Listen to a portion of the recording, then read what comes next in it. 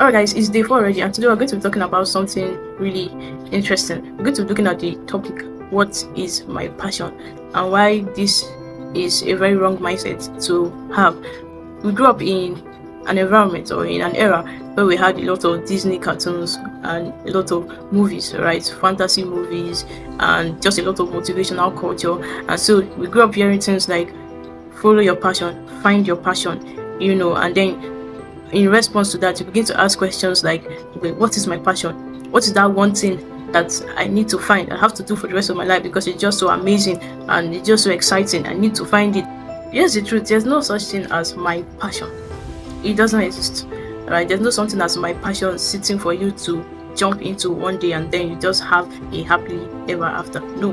And before I even get into why this mindset is wrong, let me talk about how and why it is dangerous to have. When people look at or ask themselves questions like what is my passion, or think along that line of my passion, the following things happens to them, right? The first one is they seek and desire this magical feeling, right? The second one is that they feel like when they find this my passion of a thing, life will be so exciting. Oh my god, they can never have a bad day again in their life. And they feel like, oh, passion is like a signal to their destiny and all of that. And so when they do not now have these experiences that I just listed, when they do not have it, right, what happens is that they begin to think about themselves. Why? Wow, maybe I'm 20 years old and I've not found my passion. I've not found that one thing that has to keep me continually excited, that one thing that has to keep me continually outgoing in life. I can never have a downtime. So they begin to question themselves like, wow, maybe something's actually wrong with me, maybe I'm the problem, maybe I'm not just normal, something must be wrong with me. I see people talk about things that they are passionate about, and mind you, my passion and being passionate about something are completely two different things, but we'll come to that.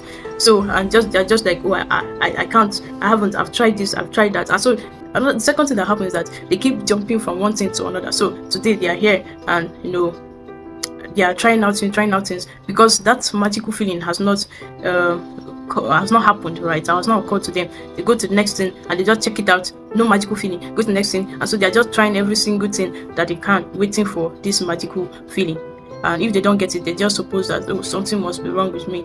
See other people, they are living their life, they are having something tangible working on daily, and I haven't found mine yet. So that is the dangerous thing about this mindset, right? And so what exactly is wrong about this mindset in regards to purpose? The first thing, like I said, pointed out earlier, is the right question to ask is what is my purpose, and not what is my passion.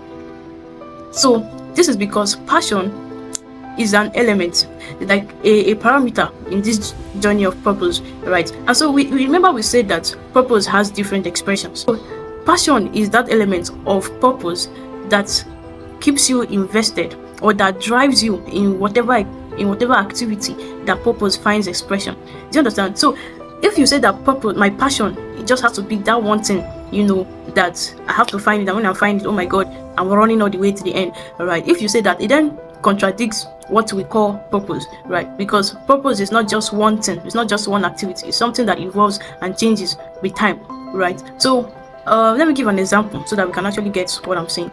So let's say a footballer, right? And most footballers, if not all footballers, are passionate about football. Whenever they play football, they do have that feeling, yes, they are passionate about this. But this is where the difference is, right? Passion is not just a feeling. Passion is commitment. Passion is discipline, right? What this means is that because they enjoy playing football, or because they are passionate about football, doesn't mean that every single day of their life they are very willing, they are more than willing and excited to play football. No, that's not true. Right? That's not true. And so there are some times where they may not even feel like playing. There are some days where they don't feel like playing football. Well, does that now mean that football was never really their passion? Right? No, it doesn't. It doesn't, right? When we talk about things like passion and love, right, we kind of reduce it to a feeling. And so where the feeling ends, that's where it ends. No, love is a commitment, and so is passion. And the point, if you think about it, right, that's the point. The fact that you're able to commit to something beyond or regardless of how you feel, that's the proof of your love. That's the proof of your passion. So if you only commit to it when you feel good, right, and when you don't feel good, that means it's not true love. Then that's a false idea of love and of passion. Let's stick to passion, and that's what we're talking about, right? Another reason why your passion cannot just be that one absolute thing is because it then defeats the purpose of you being unique, right? A lot of people have similar passions.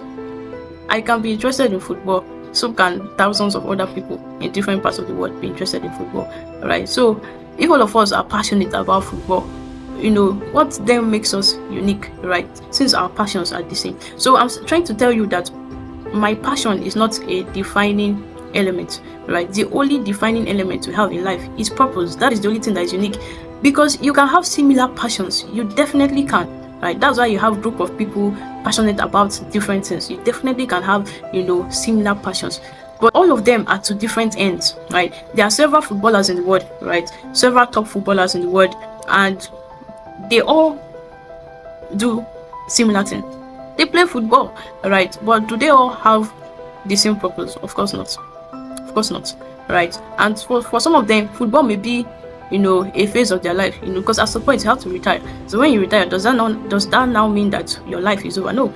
As long as life exists, right, there's always a purpose, there's always an agenda, there's always an expression of purpose that is yet to be untouched, right? So the purpose of this guy playing football, Mr. A playing football, right, and the purpose of Mr. B playing football are completely different, but the passions can be the same. Do you see where I'm going to now?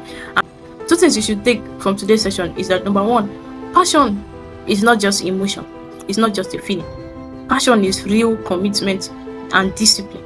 And number two, your passion cannot be the singular, absolute defining element of your life. This is because many people have different similar passions. And then number three, many people have similar passions, engage in similar activities, but to different ends, with different purpose, with different things that they are contributing to the earth, right, or to humanity as a whole.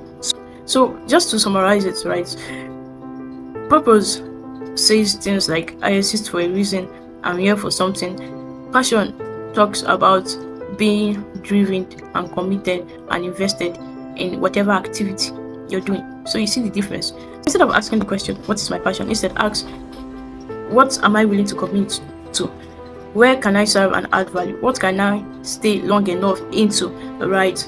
How in this activity that I'm currently doing, how can I be more disciplined?